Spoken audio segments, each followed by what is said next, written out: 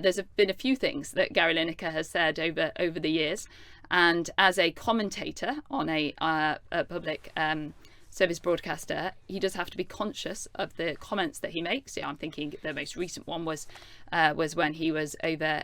He was in Qatar and he did an interview in a paper, didn't he? And he referenced America, and there were some very derogatory, questionable. Actually, it was on the news agent. It was on our podcast. I read the report about it, so there you go. He said it to you first, and so I think that is obviously. I'm not picking on one individual. What I'm saying he is shouldn't that's have an said that. example of He shouldn't have said that. I'm saying that he is a representative of a PSB, and it's obviously within. Because he made comments about Qatar as well. I guess. I mean, we know because we were sitting here at the time. But the point he was making was, when you criticise Qatar and its human rights record, you've also got to look at other places around the world. And he raised the example of America, which also has the death penalty. Was that crossing an impartiality line? So I think it sounds like it's the most impartial thing you could say. Yes, if that is what he said verbatim. I read a report on what he said, and I think he strayed a little bit further into his language, and he didn't say it as diplomatically as that. But the general point wasn't about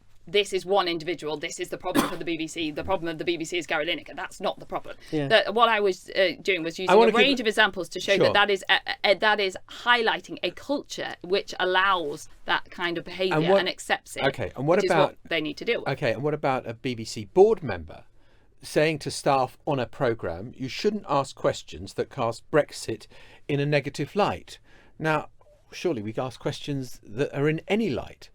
Also, a board member should not presumably be in an editorial meeting. I mean, is any of that problematic? So I think impartiality in general is something that the BBC needs to deal with.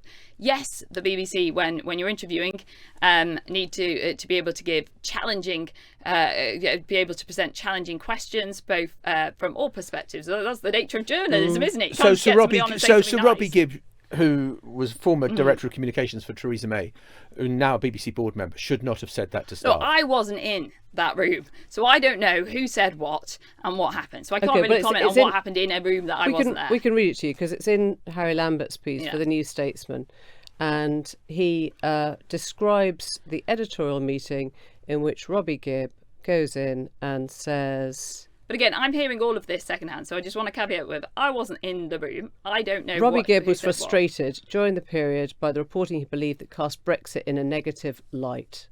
And he told reporters that they should not ask questions that cast Brexit in a negative light. Are you comfortable with a board member telling journalists how to report on Brexit? So what it might have been that he was trying to say, and again, I wasn't there, I don't know, is you can't only present Brexit in a negative light, which would have been defending impartiality, which I would be completely comfortable with, because you've got to present both sides and you can't just pick a side and then go down that.